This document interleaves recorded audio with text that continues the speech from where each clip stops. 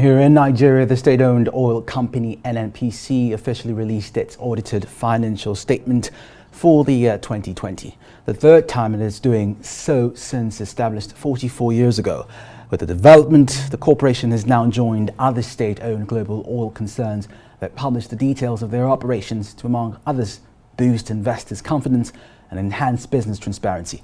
The latest financial statement of the national oil company confirms the already announced profit after tax from a loss position of 1.7 billion naira in 2019 to 287 billion naira in 2020.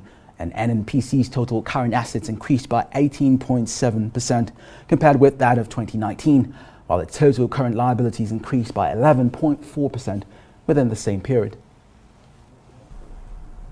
Well, let's get analysis from Arise business analyst BODE OSOSANMI, who joins us from London. Hello, BODE. Great to see you on Daybreak. First, let's discuss the published account. What are your initial thoughts? Well, I must congratulate Buhari on what has been started. I think the jinx of opacity has been broken at last in Nnpc. But I do have some observations. First, it is apparently not factual that Nnpc Group made profit for the first time in 44 years. If you look at the 5-year financial summary, it shows Nnpc made about 101 billion naira profits restated in 2017. I've asked the GGM Public Affairs Nnpc to kindly clarify this. Maybe I will get an answer, and if I do, I'll let you know. The source of the jump in profitability was always what analysts wanted to see, and apparently it came from a category called other income. That category of income jumped 409 billion from 219. And if you look at the details in the notes, it consists of sundry income from strategic foreign federal government alliances. That's about 157 billion, more than double last year. There was a refund from the federal government of 110 billion, which was previously written off.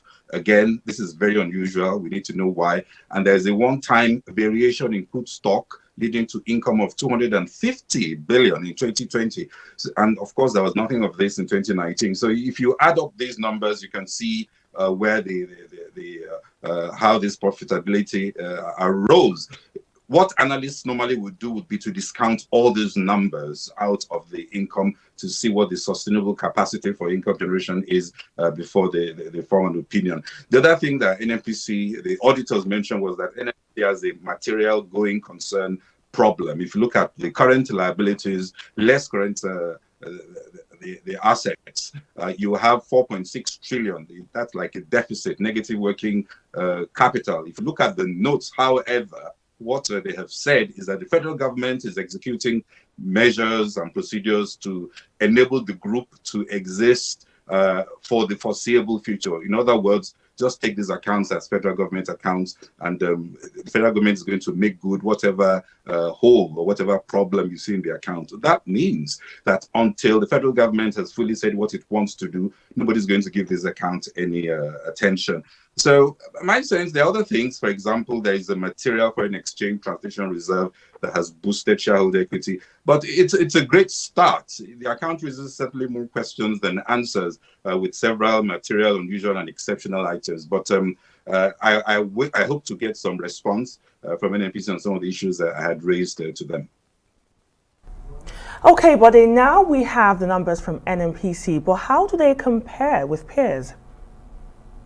Well, what you typically do is you use indicators. If they were on the shares, they were on the stock exchange, for example, look at their stock per share and so on, stock price per share. The only thing I can use is return on average capital employed. And I did a very rough calculation. If you look at peers like Saudi Aramco, and if you look at the average capital between 2019 and 2020, it comes to about 4.4 trillion. If you look at the two balance sheet figures and average them.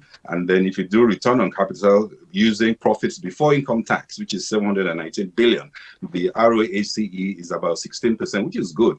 But if you adjust for all these income jumps, unusual income jumps, like the 400, I've taken off about 400 billion from the PBT, it comes down to ROACE of 6.1%. So you could say that the accounts look like they're struggling, but we need to understand what the dimensions are, what these items really. My summary is that the real point is NNPC could be a problem if it continues as it is. And is government going to continue to push and finance NNPC and plug the hole? How much is this really costing them? And I think we should be open to find out what exactly the government is using in terms of costs to keep NNPC going, and whether this is the best approach and there are better options. But I must congratulate Buhari on what has been started. We can't go back to the days of opacity. Arise business analyst BODE OSOSANMI from London, thank you so much for joining us.